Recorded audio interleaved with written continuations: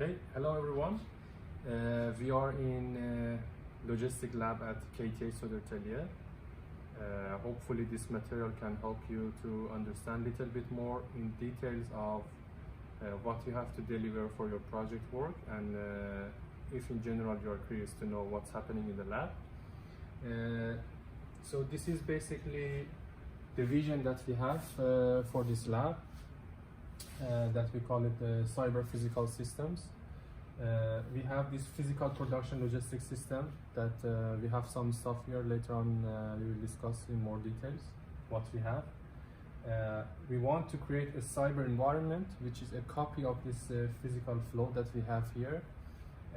We want to fetch the data in real time, send it to the cyber system, do the analysis and then data analysis, and then get the result that we want, an application that we want from the data, and then send the data back to the physical flow, all in real time, in order to make sure that the system is adaptable to changes and can adjust itself according to what's happening in real time. Okay, now we will start by using the interface that we have for the UR robot to do a very simple programming that we can see how we can program this collaborative robot for a very simple task. That task is to pick that white box on the table and place it inside the blue box. In the next step I will explain about how to program the AGV to come to the close to the robot station, pick the part and bring it to the next station. So now we are, as you see here, we have turned on the interface. We just wait for loading.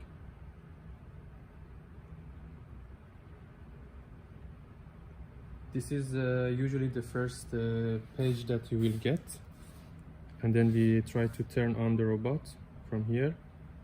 Press on.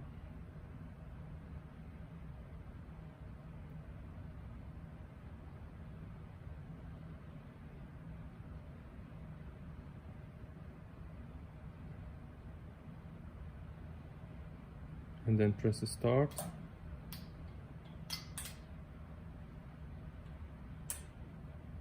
Okay, now we have the robot ready to work.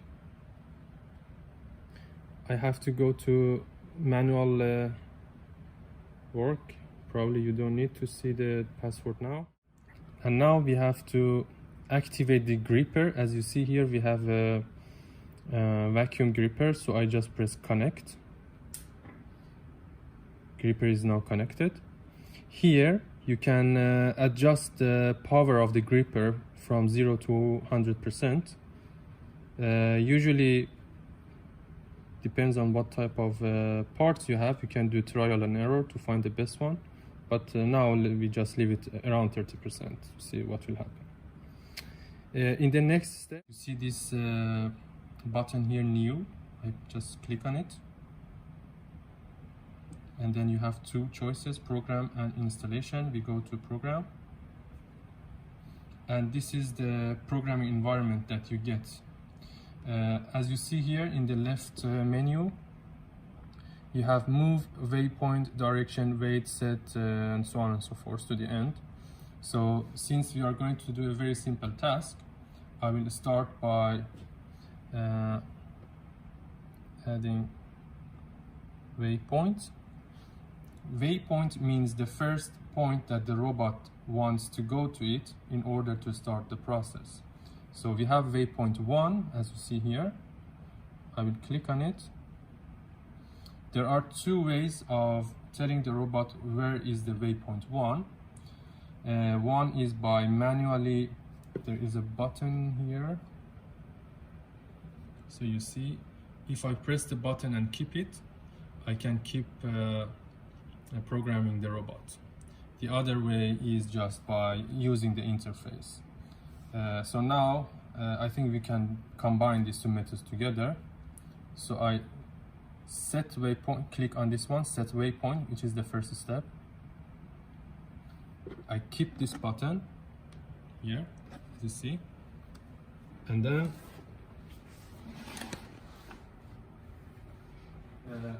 I hold the robot Meanwhile, I'm keeping the button and move it towards the box. So this can be our first waypoint. Why I can't directly go to the box is that if I go directly to the box, the robot takes this point as a waypoint, so it will move like this very quickly and very sharply, and that's not so safe. That's why it's good to have some more waypoints that the robot goes this trajectory one by one instead of going sharp ways. So now that we have the waypoint 1 and it's settled for the robot, we add the next waypoint here. Again, click was set on set waypoint. This time, instead of clicking this button, I just want to use the interface that we have here, as you see. So I move it downward.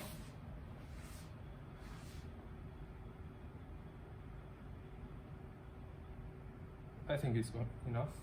Then I click on OK.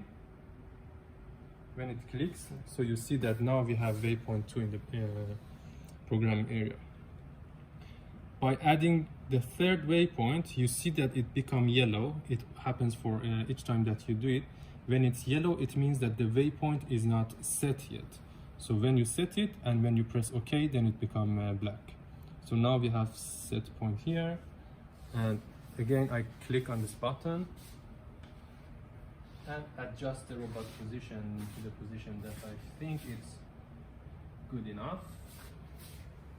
So I think here is almost okay. I press the OK button, then I release the button. So we have 3 waypoints in row. Okay, now to add the gripping functionality to the code, here you see in the left menu we have this UR caps. UR caps is mainly used when the UR is connected to something, a hardware, external hardware, like a gripper or a camera or something else. Since now we have only a gripper that is connected, I click on this and we have VG10 grip, which is the gripper button. Click on it, and then I just want to test if it can grip or not. So I click on grip.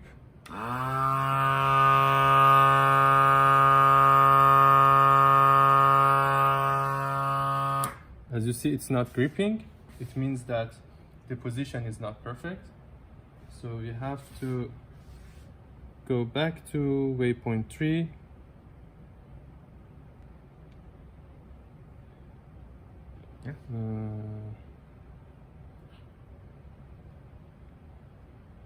Now it should be fine.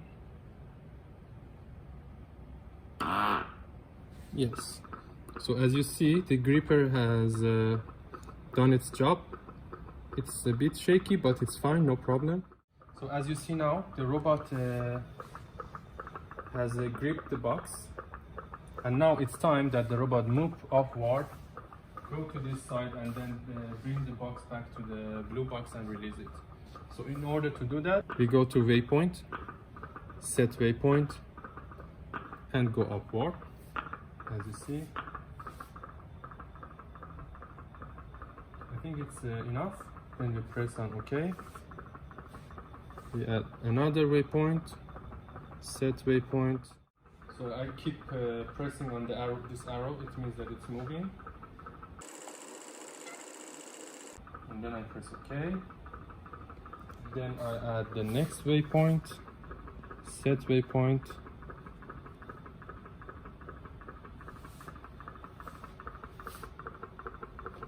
It's okay. And then here I need to release the gripper. So I go back and then press on VG10 release. We test it now. It's fine. We go back to basic, add the waypoint, because we want our robot to be back going again. So I use this upward position arrow.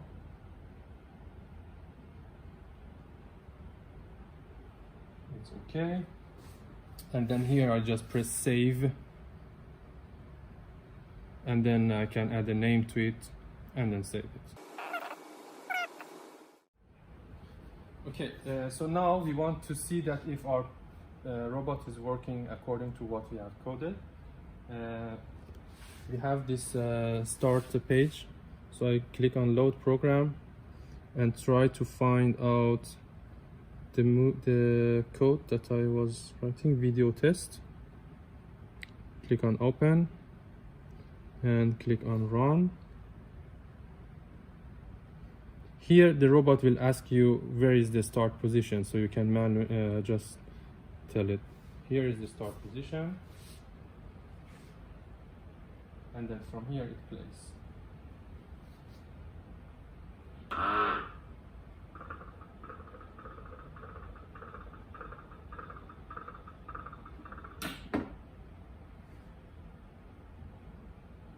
Yeah, it works fine. Yes, now we will explain a little bit about the AGV. As I explained during the class, this is from me, which is the supplier of the AGV. It's capable of transporting 200 kilograms of load. To show you very simple program on how to move from one point to another point, I will explain quickly how can you program the AGV by the interface that is provided by the supplier. So basically, in order to make sure that your AGV knows where it is located, you have to scan the area through the scanner that is located inside the AGV. It's in front of it, and you can use that scanner so the AGV can get a map. Here you see a map of the lab that now we are located in. Within the lab you can do lots of things. For example, you can define where are the walls, where are the pathways, where are the places that should be blocked and a no-go zone, so the AGV won't enter those zones. You can even define for the AGV that which way do you prefer that the AGV moves inside those roads and those paths. So you can do many different stuff within the map that you have. So now I want the AGV to move from the charging station that is now located in the charging station, go closer, for example, to the door, and then come back to the charging station. A very simple route. So it's 1, 2, 3. The one possibility is that to do it completely manually, that an operator like me stays here and then drive this AGV. It's not favorable, but just to show you that it has this capacity. I take the manual control from here and then just drive it so easily, just like a toy car.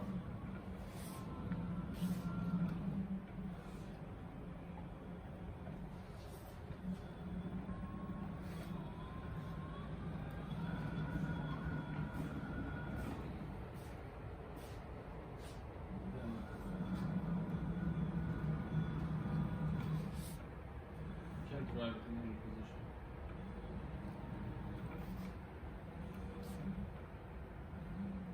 You can turn around.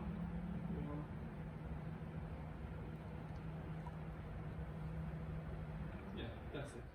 So now, in order to tell the robot where it should go, there are two options for us. One is to give the coordinates of that points that you want, and write the coordinates within the application that you have, and then the robot will save that coordinate, and then each time that you tell go to coordinate A, it goes to coordinate A and comes back.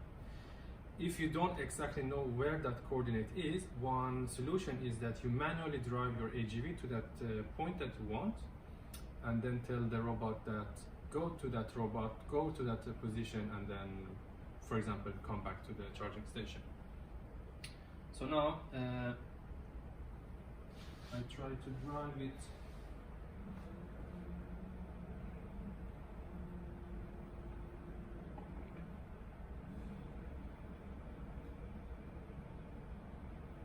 Let's say you want our robot to be in this position. Here from the map, I click on adding position, and there is one possibility to use robot position. So I click on it, I name it movie test location, and then click OK. So now, as you see, we have added this position around the robot, and now I want to define a mission for the robot. What does it mean? It means that I want, each time that I say I want the robot go to that position, movie test position, the robot go to that movie test position and then come back to the charging station.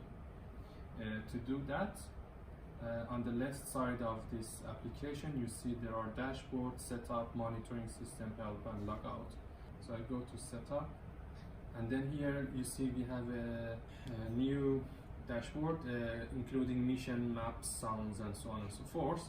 Since we want to create a mission, I just click on mission, and then we have this green button on the top right, create mission. I call this movie test, and then create. So here you can add step by step what the robot can do. Now, as you see here, we have this menu on the top: move, battery, logic, error handling, sound, light, and so on. So the first step we want is that we want the robot moves to the video test. So we click on move, we get an menu again. From this menu you can do different type of things, but for now it's enough to click on move, and then on move we click on button on the right, so we can get different type of positions. As you see, the first one we have is movie test location. You have another type of locations as well, but we need only the first one, so I click on that and validate and close. The next move we want, I want the AGV to stand in that position for 5 seconds.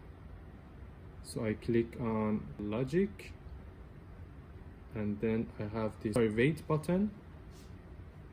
It's already on 5 seconds, but I can change it to anything I want. Let's say, yeah, 5 is good. Validate and close, and then I want it to come back to charging station. So I have docking, and then in the docking here I can choose charging station, validate and close. So that's a very simple program that we have. I click on save. Okay, now that we have programmed this route for the AGV, we try to run the program and see how the AGV will behave. So I click on video test. You see the robot detaches from the charging station, and then calculate the path. You see the dots, it shows that the path it takes to that position.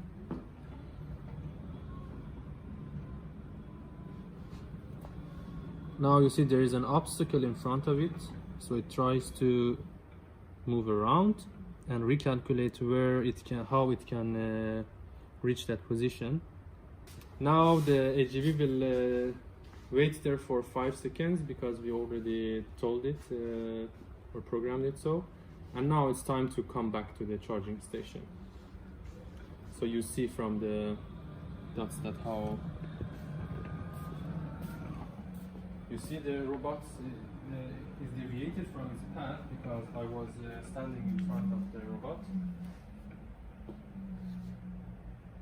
and now it just tries to adjust itself and do the charge.